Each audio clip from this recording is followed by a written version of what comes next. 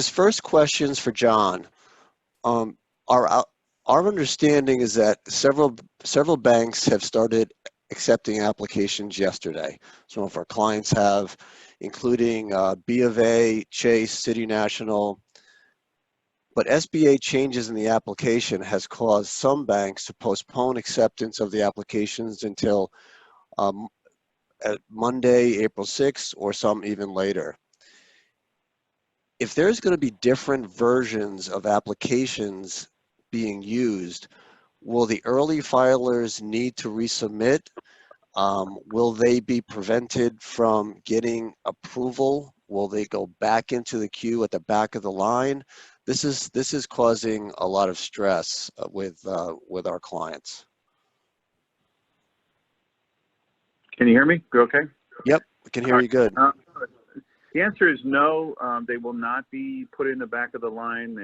They will not have to refile.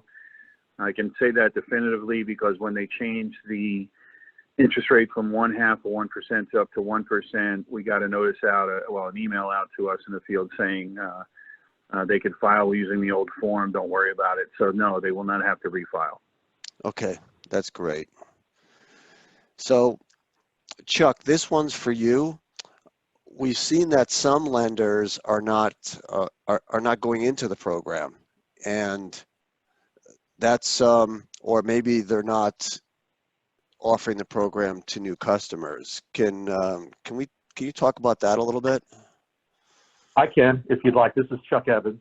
Sure, go ahead, Chuck. Basically, when the program was rolled out and the rate was 4% or just less, a lot of lenders were thinking of jumping into this with both feet. Then they changed the rate from 4 down to 50 basis points and then back up to 1. This business, the SBA lenders, there's 3 barriers to this industry. One is the fear of losing the guarantee, a shortage of specialized staff, and the fact that SOP constantly changes. So they're fearful of getting into a program that is entirely different than what we're accustomed to. So today, most of them are going to say, let's take care of our clients first and then look at new customers second, especially since the cost of the delivery is less than what they anticipated 3-4 days ago. Gotcha. Scott, any reaction to that as far as what people in Washington are saying about the really wanting these banks to jump in and their reluctance to? That sounds a little bit like 2009. Yeah, Chuck hit some good points, and we estimate that about 2/3 of lenders are not up and running yet. So we're going to see the larger institutions come on board here, and then you'll start seeing some of your community and mid-sized businesses, or excuse me, banks come on board. But then the other thing to keep in mind is that we're also expecting fintech companies to also start processing applications potentially next week.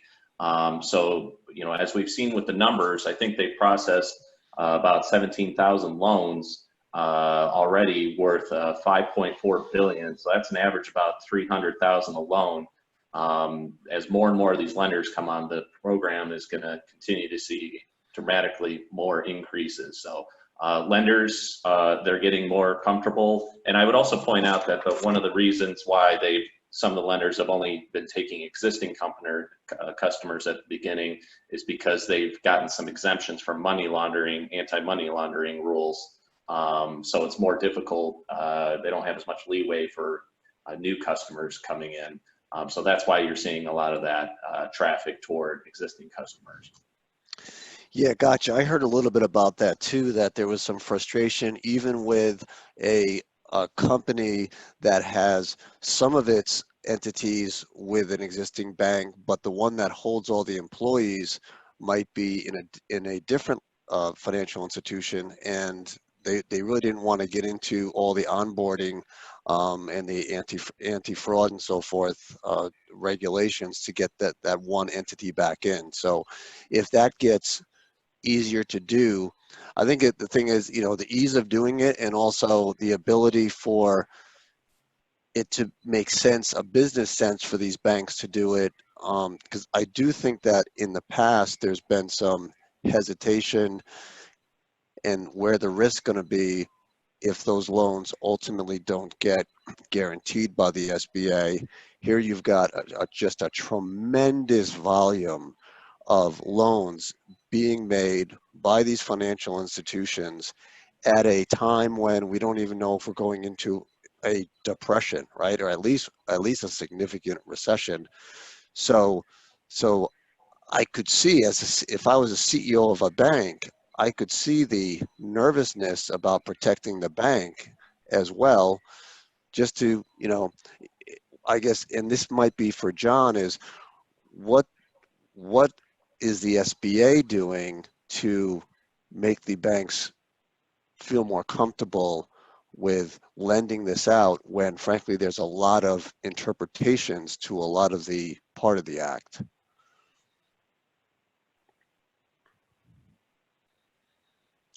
So John, you on? That's for you.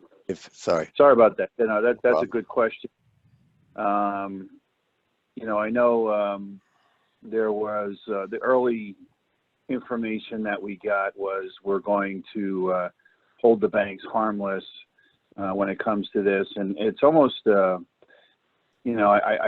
thinking about it, it's almost like the banks that know us well, that have been through this before and know how we can come back and question some of the things they've done, are the ones that are the most nervous.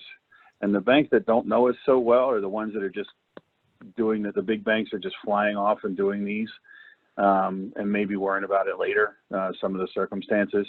I could tell you we're going to be as forgiving as possible when it comes to these. I think they just want to get this program up and running as quick as possible. They realize they rush things out, but we're all under a deadline, and I would.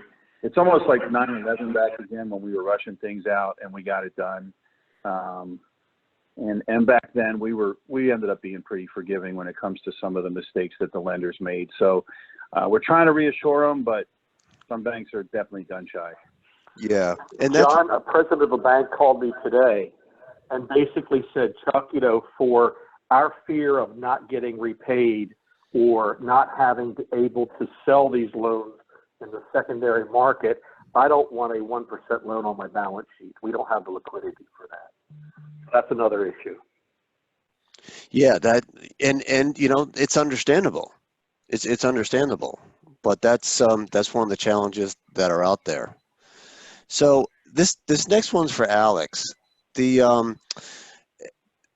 This made for a very late night 2 nights ago when the interim rule came out. So some of the terms have changed from the original statute that came out last Friday or Saturday. Can you discuss those, some of the thoughts around why that occurred, why that interim rule came out? Sure. Yes, this is Alex. So I think you guys may have touched on some of them. So when I think of kind of, maybe it's not changed, but they kind of dialed them back. So if you look at, for example, in the statute that was passed, seems like a month ago, but a week ago, they provided a 10-year maturity length for these loans, but kind of in the interim guidance that you'd see through is it's only 2 years, and the kind of reason that they've given in there, and John, you might have a little bit more insight into this, but you see, they were kind of saying, the main point is just to kind of keep people employed for these loans, to keep them off unemployment, and after they think that the economic impacts of this should abate well before the 10 years, so they think that kind of dialing it back to the 10-year, not going the full 10 years isn't necessary at this point. I know John mentioned on the interest rate part, I apologize, I think it was John, that went from, maxed out at 4%, went down to 0.5, and then, the final decision was 1%. I know another kind of interesting fact and kind of discussion that I heard around recently was on the EIDL loans. So people were I got questions about, are these, if you get one of those, are you precluded from them? Are they eligible for forgiveness? So if you look at the calculation they provided in the guidance, it is the 2.5 times the average monthly payroll costs, but you're also able to add in the EIDL amount as long as after January 31st and before April 3rd. Also, the deferment is kind of put on the lower end. It was the law authorized for up to a year. They went back to 6 months. Similar kind of justification as to why they went from 10 years to 2 years. They think that time's enough to kind of get us through. And then one of the other ones that I thought was really underscores the point of this program is to really help unemployment rates and keep people off unemployment, is that as part of the loan forgiveness, they cap that at 25% of total loan forgiveness for mortgage payments, utilities, and interest payments out there. Given that, though, I mean, keep in mind that they've put up this rule with a comment period involved. I think that they're probably gonna look to kind of input from industry and kind of what's going out there.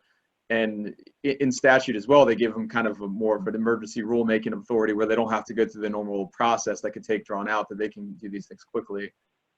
Would give them the ability to kind of make improvements as necessary and kind of react to what they're hearing in the industry.